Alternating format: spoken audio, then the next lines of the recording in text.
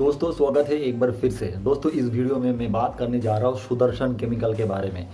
हालांकि ये कंपनी क्योंकि दोस्तों मुझे अपकमिंग 6 मंथ में यहाँ से 100% गेन नज़र आता है। मैं यहाँ पे दोस्तों सुदर्शन केमिकल का जो अभी प्रॉब्लम चल रहा है वो प्रॉब्लम के बारे में आपको बताऊंगा और उसका सलूशन भी मैनेजमेंट ने अपने कॉल में दे दिया है। वो चीज़ अभी भी कोई भी फंड मैनेजर, कोई भी टीवी चैनल, कोई भी यूट्यूब चैनल, कोई भी सोशल मीडिया आपको शेयर नहीं कर रहा है और दैट द रीज़न आप एक अच्छे कंपनी को अभी सस्ते भाव में नहीं खरीद पा रहे हैं। और दोस्तों ऐसे हो सकता है ग्लोबल सेंटिमेंट का हेल्प लेकर इसका प्राइस और भी नीचे गिरे तो आपके लिए उससे ज़्यादा रिटर्न कमाने का मौका मिलेगा। बट क्या अभी ये सही समय है वो मैं आपको बताऊंगा।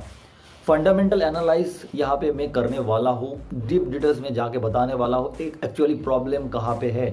सिर्फ ये सुदर्शन केमिकल नहीं है, केमिकल रिलेटेड हर एक कंपनी में जो अभी बहुत अच्छे चल रहा है, हो सकता है आने वाले कुछ समय में इस टाइप का प्रॉब्लम आ जाए। तो ऑब्वियसली ये सारे पॉइंट को मैंने बहुत सारे किताब, बहुत सारे पेड कोर्सेज से सीखा हो, नोट डाउन किया हो और इनके साथ वो परफेक्टली सेट होता है। दैट द रीज़न मैं अभी आपको शेयर कर रहा हूँ। तो सबसे पहले दोस्तों एक कंपनी का शेयर प्राइस गिरने का जो मेन कारण होता है लॉन्ग टर्म डेट। कंपनी का अभी हम देखेंगे स्क्रीन पे जाके लॉन्ग टर्म डेट बढ़ चुका है। आखिर क्यों बढ़ा है? इसके पीछे आपको ये नेगेटिव इशू लग रहा है, मुझे नहीं लग रहा है। क्यों नहीं लग रहा है वो मैं आपको बताऊंगा। ये एक पॉजिटिव चीज़ भी है इस कंपनी का, ध्यान से रखिए, ये चीज़ सुनिए, क्योंकि जो लॉजिक मैं आपको बताने जा रहा हूँ ये कोई भी म्यूचुअल फंड नहीं बताएगा, कोई भी फंड हाउस नहीं बताएगा, क्योंकि वो लोग डराने के लिए ये चीज़ करता है, क्योंकि खुद प्रॉफिट करना चाहता है और खुद अपने क्लाइंट को प्रॉफिट देना चाहता है। रिटेल वाले को कोई नहीं सोचता है। सो ये लॉन्ग टर्म डेट याद रखिएगा। नंबर 2 दोस्तों, यहाँ पे कंपनी के पास शॉर्ट टर्म डेट भी है। अब ये प्रॉब्लम है, इसका सोल्यूशन मैं अभी कर देता हूँ। कंपनी ने लॉन्ग टर्म डेट लिया था कैपेक्स करने के लिए। बिल्कुल सही सुन रहे हैं। हम जाके देखेंगे यहाँ पे कैपेक्स किस तरीके से हुआ है और उससे रेवेन्यू आना भी शुरू हो चुका है और वो प्रॉफिट एंड लॉस स्टेटमेंट में भी उनका इम्पैक्ट भी आए हैं। और दोस्तों मैं इनके साथ आपका इंटरेस्टिंग और बढ़ा देता हूँ, क्योंकि इस कंपनी के अंदर 2 बहुत बड़े दिग्गज यहाँ पे बैठे हैं। एक का नाम मैं अभी शेयर कर देता हूँ, उनका नाम दोस्तों विजय केडिया सर का ये लॉन्ग टर्म होल्डिंग है। और दूसरा और एक पॉइंट मैं आपको यहाँ पे बता देता हूँ, कंटिन्यूस बेसिस में जब भी शेयर प्राइस गिर रहा है हर एक म्यूचुअल फंड का स्टेक कंटिन्यूसली बढ़ रहा है। और तीसरा और एक इंटरेस्टिंग कर देता हूँ दोस्तों, इसी शेयर में प्रोमोटर हर एक क्वार्टर में अपना स्टेक बढ़ा रहा है। तो ठीक है, तो यहाँ पे आपको क्लियर हो जाता है कंपनी का फंडामेंटली बहुत सारा चेंजेस नहीं हो रहा है। जो प्रॉब्लम आ रहा है ये सारे के सारे शॉर्ट टर्म। तो दोस्तों यहाँ पे अगर हम बात करेंगे इसी कंपनी का जो प्रोडक्ट होता है, एक प्रोडक्ट होता है प्लास्टिक रिलेटेड, इसमें डिमांड कम हुआ है। अगर आप डिटेल्स में जाएंगे डिमांड कम क्यों हुआ है तो 2 रीज़न सामने निकल के आएगा। पहली चीज़, कंपनी का जो रॉ मटेरियल है वो रॉ मटेरियल का प्राइस बढ़ गया था और बहुत तेज़ी के रफ्तार में बढ़ गया था। तो कंपनी का जो क्लाइंट है, जो कस्टमर है, वो उसी क्लाइंट को एक साथ सारे प्राइस हाइक वो ट्रांसफ़र नहीं कर पाया और अपने ऊपर ये पूरा हिट ले लिया है। अब खुशी की चीज़ है ये दोस्तों, यहाँ पे जो रॉ मटेरियल का प्राइस है वो कम हो चुका है इस क्वार्टर में, मतलब ये जो सेकेंड क्वार्टर और थर्ड क्वार्टर यहाँ में तो हो चुका है। तो ये एक विन विन सिनेरियो हो सकता है। फिर दोस्तों हम जानते हैं यहाँ पे जो मेन प्रॉब्लम था ग्लोबल में और इंडिया में वो था क्रूड ऑयल का प्रॉब्लम।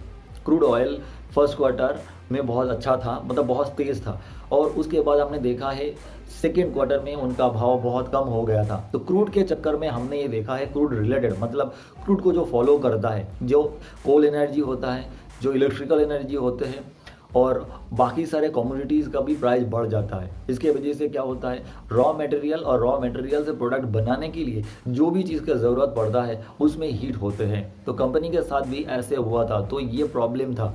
तो इसका सल्यूशन भी अभी के समय में आ चुका है, क्योंकि ये तो एक टेम्पररी इशू था जो अभी फ़िलहाल हम देख रहे हैं ये।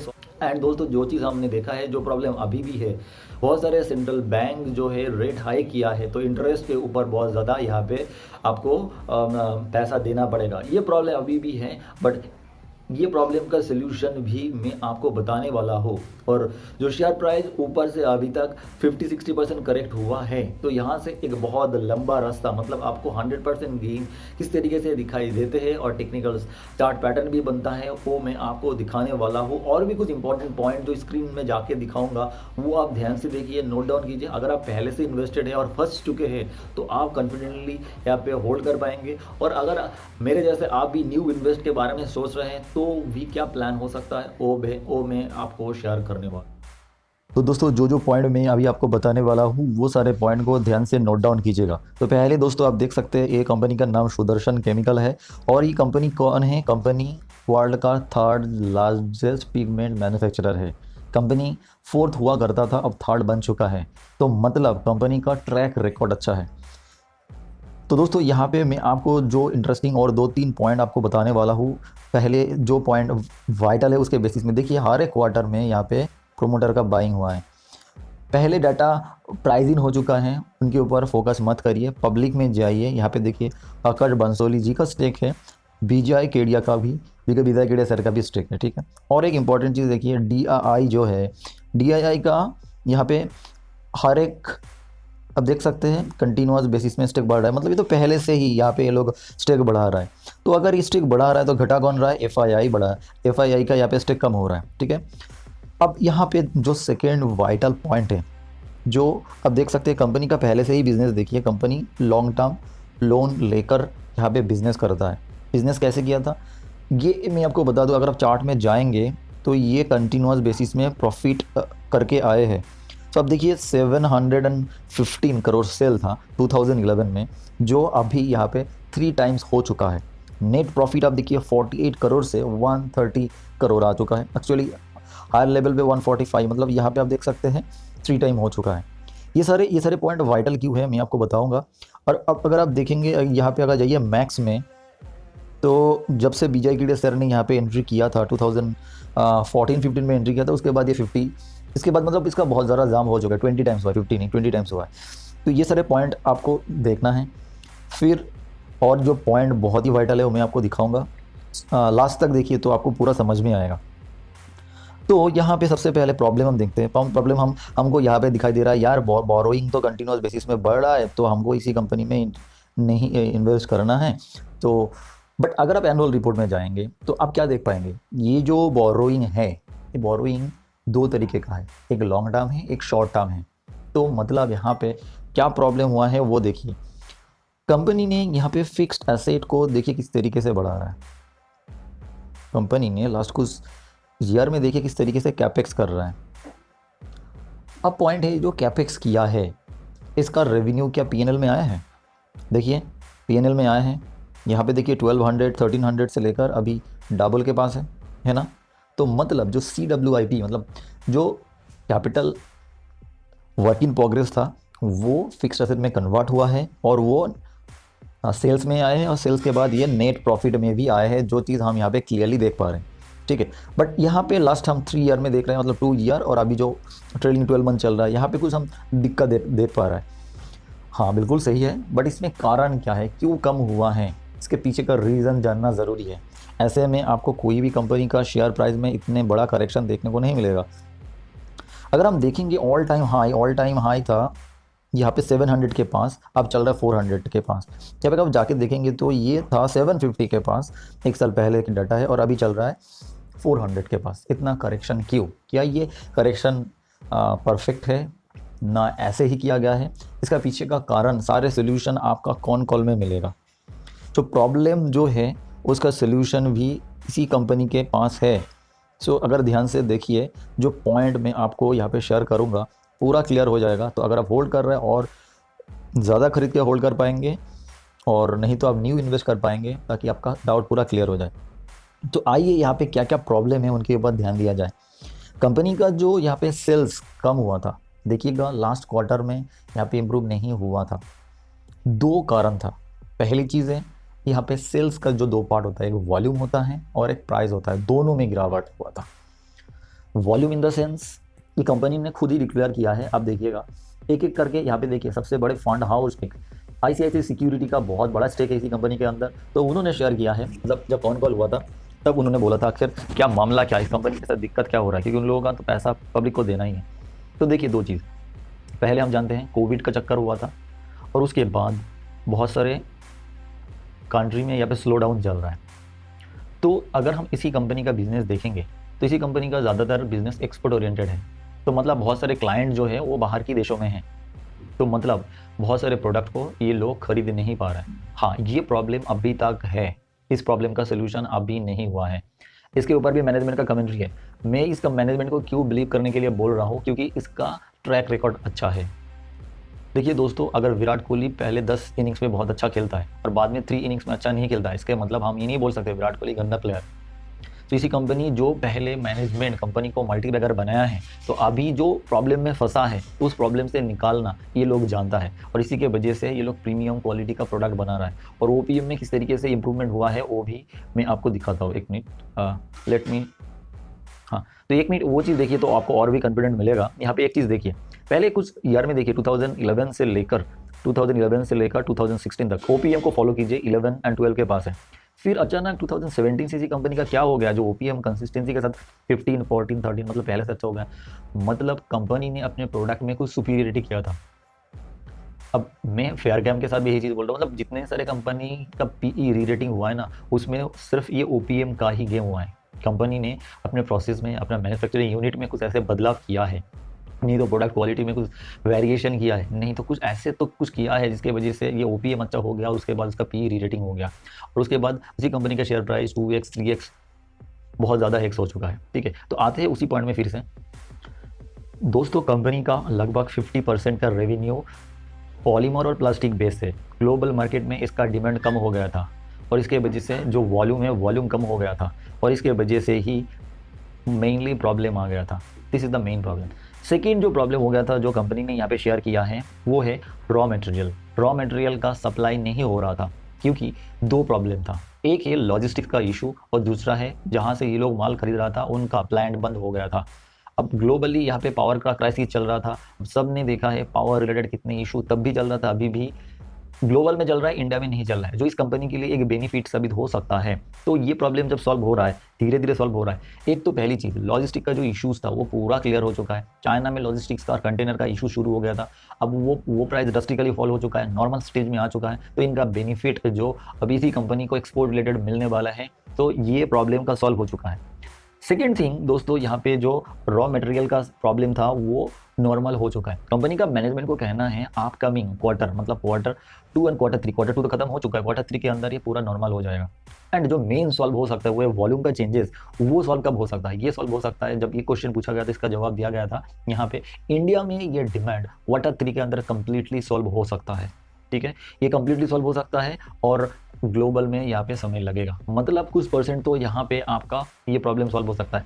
कोल रिलेटेड एंड पावर रिलेटेड जो इश्यूज था ये अभी ख़त्म हो चुका है और यहाँ पे इनका बेनिफिट होगा, क्योंकि यूरोप में बहुत सारे प्लांट अब बंद पड़े हैं और ग्लोबल जो कस्टमर है वो इनसे ज़्यादा कॉन्ट्रैक्ट कर सकता है, क्योंकि ग्लोबल में 3rd पोजीशन में ये बैठे हैं। कैपेक्स के बारे में मैं बताता हूँ। कैपेक्स है जो लॉन्ग टर्म डेट है, उनका सारे प्रॉब्लम का सोल्यूशन का हाल कैपेक्स में ये लोग क्या किया है। पहले आपने देखा है लगभग 70% कैपेक्स तो हो चुका है, बाकी जो 1/3 पड़े हैं ये इसी ईयर मतलब FY23 के अंदर, तो सेकेंड हाफ के अंदर कंप्लीट हो जाना चाहिए, इन लोगों का कहना है। आखिर यहाँ पे कैपेक्स रिलेटेड प्रॉब्लम क्यों आ गया था, इनका सोल्यूशन भी इन लोग ने दिया है। इनको कहना है जितने सारे एक्स्ट्रा ऑर्डिनरी इक्विपमेंट होते हैं, जो स्पेशली हायर क्वालिटी प्रोडक्ट चाहिए होता है, जो नॉर्मल जो छोटे प्लेयर है वो नहीं बनाता है, क्योंकि कुछ तो अंतर होनी चाहिए बड़े कंपनी और छोटी कंपनी में। तो यहाँ पे वो प्रोडक्ट आने में लेट हो गया था और उसके वजह से लोग यहाँ पे देख रहा है मार्जिन कम हो रहा है, सेल्स कम हो रहा है, शेयर प्राइस को और भी नीचे कर दो। बट ये प्रॉब्लम नहीं है, ये सोल्यूशन है, ये लॉन्ग टर्म सोल्यूशन है और लॉन्ग टर्म के लिए छोटे समय का पेन आपको यहाँ पे लेना ही पड़ता है। ये सारे चीज़ शायद विजय केरिया सर जानते हैं, इसीलिए उन्होंने अपने स्टिक को चुपचाप रखा है और हो सकता है और भी बढ़ा रहा है, क्योंकि प्राइस जितना कम हो रहा है। और बहुत सारे म्यूचुअल फंड भी जानते हैं और इसीलिए सारे रिटेल्स और दूसरे लोग जब लॉस में बेच रहा है वो लोग कंटिन्यूस बेसिस में खरीदते जा रहा है। तो यहाँ पे ये सारे मेन प्रॉब्लम हैं। तो जो मेन प्रॉब्लम था उसका सोल्यूशन भी 90% सोल्यूशन दोस्तों Q2 के अंदर खत्म हो जाएगा। 10% सोल्यूशन नहीं होगा, क्योंकि ग्लोबल स्लोडाउन जब पूरा खत्म हो जाएगा तभी ये हो सकता है। क्योंकि दोस्तों जैसे कि हम जानते हैं यूरोप, चाइना और अगर USA में रिसेशन आ जाए तो प्रॉब्लम हो सकता है। बट क्या ये लॉन्ग टर्म प्रॉब्लम है? नहीं, बिल्कुल नहीं है, क्योंकि कंपनी जिस तरीके से कैपेक्स कर रहा है, शेयर प्राइस जो ऑल टाइम हाई से 50% करेक्ट आ रहा है, ये करेक्शन होने के बाद अभी यहाँ से बाउंस करने का समय आ चुका है। और अभी जो फेज चल रहा है, अगर आप टेक्निकली देखेंगे, वहाँ पे पूरा कंसोलिडेशन चल रहा है, वहाँ पे कंजम्पशन हो रहा है सारे स्टॉक्स को, क्योंकि जिसके पास प्रॉपर नॉलेज है वही लोग यहाँ पे खरीद के बैठ रहा है। मैंने इससे पहले जितने सारे कंपनीज को आपको बताया था, वो सारे कंपनी में इस तरीके से कंसोलिडेशन होने के बाद जंप हुआ है। याद करिए आयोनिक्स के बारे में, याद करिए वीआईपी इंडस्ट्रीज के बारे में, सब में ये चीज़ हो गया था कि नहीं। कंपनी का मैनेजमेंट ऑनेस्ट है, कंपनी का मैनेजमेंट को यही कहना है एक्सपोर्ट मार्केट में प्रॉब्लम थोड़ा बहुत होगा, बट इंडिया में प्लास्टिक का कंजम्पशन और भी बढ़ेगा, स्पेशली जो प्रोडक्ट यहाँ पे ये लोग बनाता है उसमें होगा। पूरा कैपेक्स आ जाने के बाद वहाँ से जो रेवेन्यू आएगा, उसी रेवेन्यू का इस्तेमाल करते हुए ये लोग क्या कर पाएगा, जो लॉन्ग टर्म डेट है और शॉर्ट टर्म डेट है वो रिकवरी कर पाएगा। और तुरंत आप देखिए एक रिजल्ट के बाद बहुत अच्छे से पब्लिश हो जाएगा, सारे टीवी न्यूज़ रिपोर्टर बोलना शुरू करेगा, ये लोग सुदर्शन केमिकल का रिजल्ट अच्छा हुआ है, बैलेंस स्ट्रॉन्ग हो चुका है। बट तब तो कोई भी इन्वेस्ट कर सकता है, क्या वो मेजर पोर्शन खा पाएगा? नहीं कर पाएगा ना। तो आपको पहले ही आपको देखना पड़ेगा ना, तभी तो आपको पैसा यहाँ पे मल्टीप्लाई हो सकता है। तो देखिए दोस्तों, स्लो डाउन है, प्रॉब्लम है, इस प्रॉब्लम के अंदर सॉल्व है। मुझे लगता है दिस इज द बेस्ट, क्योंकि मुझे यहाँ पे 4 to 5 पॉइंट अच्छा लगा। पहले है कोल का भाव कम हो गया, लॉजिस्टिक का इशू सॉल्व हो गया, प्लास्टिक का डिमांड बढ़ने लगा है, रॉ मटेरियल का प्राइस कम होने लगा है। मैंने बहुत सारे केमिकल कंपनीज पढ़ा है, तो उसके बाद मैंने देखा, जैसे फेयरकैम के बारे में बताया था ना, जब 1100 था, अभी उसका डबल हो चुका है ना। फिर वी के बारे में बताया था, फिर भी ठीक हुआ ना। फाइन के बारे में बताया था। तो ये इस कंपनी का ये प्रॉब्लम भी सॉल्व होने वाले है। ध्यान से ये चीज़ आप सुनिए, और अगर आपको मन करता है इन्वेस्ट का तो करिएगा, क्योंकि जो प्रॉब्लम होता है उस प्रॉब्लम का एक ना एक सॉल्व होते ही है। और यहाँ पे उनका इंडिकेशन है, एक बार आप टेक्निकली जाएंगे तो आप डीप डिटेल्स में वो चीज़ देख भी पाएंगे किस तरीके से यहाँ पे कंजम्पशन हो रहा है। तो दोस्तों, जैसे कि आप देख सकते हैं, ये गंदे चार्ट में भी कुछ अच्छी चीज़ नज़र आता है, मुझे नज़र आता है, क्योंकि एक चीज़ आप देखिए, इसी कंपनी का वॉल्यूम बहुत लो हो चुका है। ये वॉल्यूम लो होने का क्या मतलब है? ये वॉल्यूम लो होने का मतलब है अब ये मतलब सेल करने के लिए कोई नहीं है, जो स्ट्रॉन्ग हैंड है सिर्फ वो लोग ही बैठे हैं यहाँ पे। एक इंपॉर्टेंट चीज़ मैं आपको बता दूँ, इस कंपनी का प्रमोटर ने लगभग 510 के पास, 518 के पास अपना यहाँ पे शेयर को बाईबैक किया था, खरीदा था, और अभी उससे भी नीचे चल रहा है। ठीक है, तो अब अगर आप खरीदेंगे तो प्रोमोटर से वेतन नॉलेज आपके पास है, ये चीज़ आप मान के चल सकते हैं। ये वीकली चार्ट है, वीकली चार्ट में आप देख सकते हैं, ये एक डब्ल्यू बनाने का कोशिश चल रहा है। और इस तरीके का चार्ट अगर आप देखेंगे तो मुझे बहुत अच्छा लगता है, क्योंकि जब सेलिंग नहीं होता है तो क्या हो सकता है, और उसके बाद हो सकता है सिर्फ बाइंग। तो एक बार एक अच्छे न्यूज़ आएगा और उसके बाद तुरंत ये तो देखिए, ये ऊपर से अगर देखिए ऊपर से कितने परसेंट गिर चुका है, 50% गिर चुका है। तो मतलब 50% मतलब अगर ऊपर जाना है तो यहाँ पे 100% आना चाहिए। तो 100% ये प्रॉब्लम का सॉल्व होगा, बहुत ही जल्दी होगा, और मुझे 100% मिलेगा। मतलब जो भी इन्वेस्ट करेगा उसको 100% मिलने वाले हैं।